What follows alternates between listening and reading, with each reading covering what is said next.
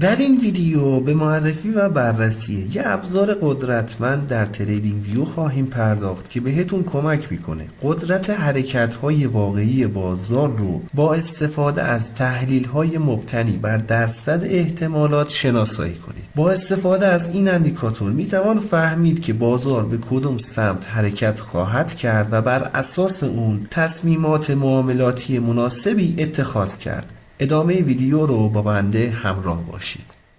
سلام، من علیرضا هستم و اینجا کانال گلدن تریدینگ سیستم. خیلی خوش اومدین به یه ویدیو دیگه از سری آموزش اندیکاتور و استراتژی های معاملاتی تریدینگ ویو. اندیکاتوری که در تصویر مشاهده میکنید یه ابزار فوق‌العاده در تحلیل تکنیکال هست که دیدگاهی منحصر به فرد درباره قدرت بازار ارائه میده. این اندیکاتور موقعیت قیمت رو نسبت به سطوح از پیش تعریف شده مقایسه کرده و چشمانداز پویا مبتنی بر احتمالات برای حرکت احتمالی صعودی و نزولی ارائه میده. سطوحی که خدمتتون توضیح داده شد شامل 10 سطح از پیش تعریف شده هست که موقعیت فعلی قیمت رو نسبت به این سطوح مقایسه کرده و درصد احتمالی برای حرکت‌های صعودی و نزولی رو تعیین میکنه. به طور مثال در این چارت قیمت پایین‌تر از 8 سطح قرار داره و بدین ترتیب 80% احتمال نزول و 20% احتمال صعود رو داره نمایش میده. هنگامی که قیمت بالاتر از تمامی سطوح قرار داشته باشه نمایشگر به رنگ سبز در میاد که نشون دهنده قدرت صعودی بازار هست. بالعکس هنگامی که قیمت پایین تر از تمامی این سطوح قرار داشته باشه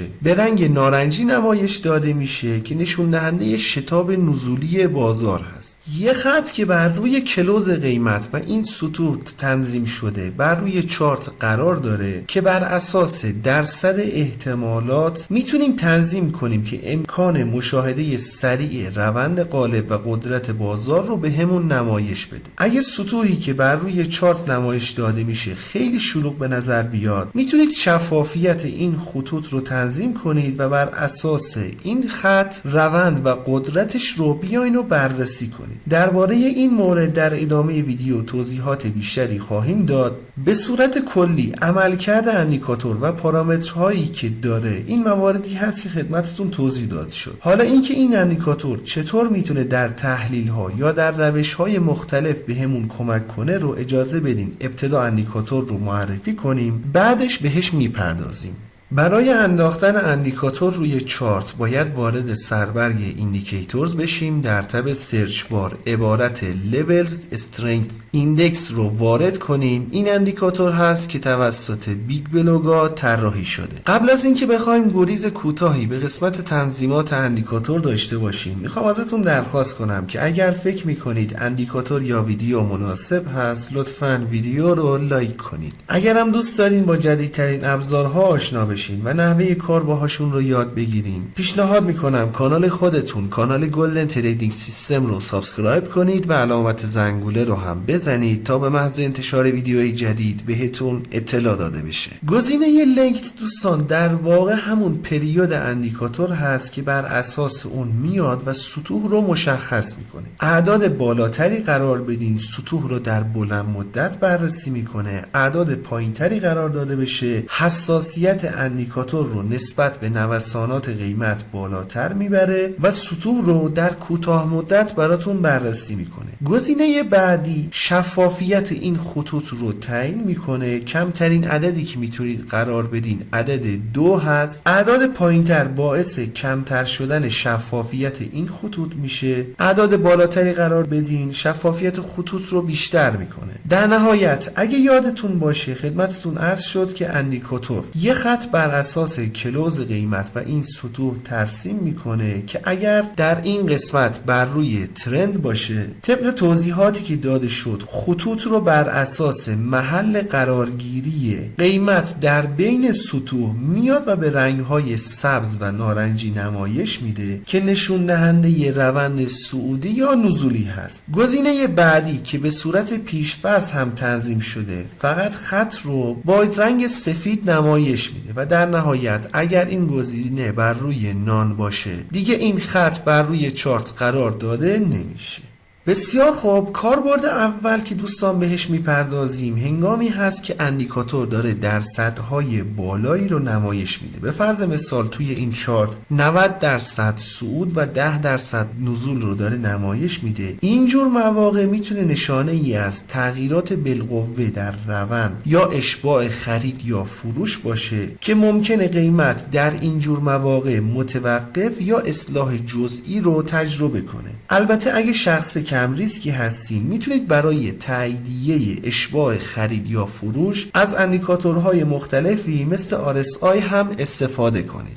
مورد بعد در تایید یا رد الگوهای کندل استیک میتونه این اندیکاتور بهتون کمک کنه. به فرض مثال اندیکاتوری که الگوی همر رو بر روی چارت نمایش میده رو قرار دادم. اگه آشنایی جزئی با الگوهای کندل استیک داشته باشین بهتر میدونید الگوهایی که برای بازگشت استفاده میشه در انتهای یه روند یا معاملات بایستی شکل بگیره. توی این مثال 2 تا الگوی همر رو داریم. این الگو که در انتهای روند همچنین در پایین ترین سطح تشکیل شده باعث برگشت روند بوده، ولی این الگو که در میانه روند تشکیل شده نمیتونه به عنوان یه الگوی همر معتبر شناخته بشه. مابقی الگوها هم به همین شکل محل تشکیل الگوهای بازگشتی اگر نزدیک به بالاترین یا پایین ترین سطح باشه اعتبار اون الگو رو افزایش میده. البته این بازگشتی که در این قسمت اتفاق افتاده میتونست به علت یه الگوی پرایس اکشن باشه که در ویدیوی قبل آموزشش داده شده. پیشنهاد میکنم ویدیوی مربوطه که تصویرش رو الان روی صفحه مشاهده میکنید رو پس از پایان این ویدیو حتما مراجعه و تماشا کنید. لینکش رو براتون در قسمت توضیحات ویدیو قرار میدم. طبق بررسی هایی که شخصا داشتم از فاصله بین این خطوط هم دوستان میشه قدرت روندها رو تشخیص داد. به فرض مثال در این قسمت ها که فاصله خطوط از هم زیاد بوده حرکات شارپ و قوی رو داریم مشاهده میکنیم، ولی در این قسمت که فاصله خطوط از هم خیلی کم شده شاهد کندل های ضعیفی هستیم. حالا این مورد در 2 الگوی تحلیلی خیلی میتونه بهمون کمک کنه. اولین مورد هنگامی هست که به طور مثال یه الگوی سقف یا کف 2 قلو یا الگوهایی مثل سر و شانه رو داشته باشیم. اگه با تئوری های این الگوها آشنا باشین میدونید که سقف دوم قیمت بایستی با حجم کمتری به این محدوده برسه و در واقع میتونیم بگیم در سقف دوم باید قدرت روند کم شده باشه. خب این اندیکاتور که هدف اصلی شناسایی قدرت روند هست زمانی که فاصله خطوط از هم کم میشه و میبینید که به سقف قبلی نزدیک هست اینجا میتونیم دیدگاه سقف 2 قلو رو داشته باشیم. باز اگر با تئوری ها به صورت اصولی آشنا بشیم میدونید که هنگام شکست خط گردن بایستی شکست با حجم بسیار بالایی انجام بشه. بسیاری از افراد به دلیل اینکه بروکرها حجم واقعی مارکت رو نمایش نمیدن از الگوی حجم استفاده نمیکنن و بهش اعتقادی ندارن، ولی با این اندیکاتور میتونیم به جای حجم از قدرت بازار استفاده کنیم. اگه دقت کنید هنگام شکست خط گردن فاصله خطوط از هم زیاد شده و نشون دهنده افزایش حجم هست. بنابراین این شکست میتونسته یه شکست معتبر و همچنین این الگو میتونسته یه الگوی سقف 2 قلو باشه. این از مورد اول که در الگوهای تحلیل تکنیکال میتونه بهمون در شناسایی صحیح الگو کمک کنه. باز از این فاصله خطوط میتونیم در تعیین محل بازگشت قیمت هم دیدگاه‌هایی رو داشته باشیم. به فرض مثال در این قسمت که فاصله خطوط از هم خیلی زیاد بوده اگر بیایم و یه فیبوناچی اصلاحی رو ترسیم کنیم همونطور که مشاهده میکنید قیمت در لول های 23.6 و 38.2 اصلاحش رو تا این محدوده ها انجام داده و بعدش دوباره قیمت شروع به ریزش کرده، ولی در ادامه اگه دقت کنید یه مقداری فاصله خطوط از هم به نسبت قبل کمتر شده. این سری میتونیم درصدهای اصلاحی بالاتری رو انتظار داشته باشیم و همونطور که مشاهده میکنید اگه دقت کنید قیمت تا لول های 61.8 و 78.6 اصلاح انجام داده این سری. بنابراین از فاصله این خطوط هم میتونید قدرت روند رو شناسایی کنید و در سبک‌های مختلف مختلف که نیاز هست قدرت روندها رو بررسی کنیم یا اینکه نیاز به بررسی حجم معاملات داشته باشیم، این اندیکاتور میتونه خیلی بهمون کمک کنه.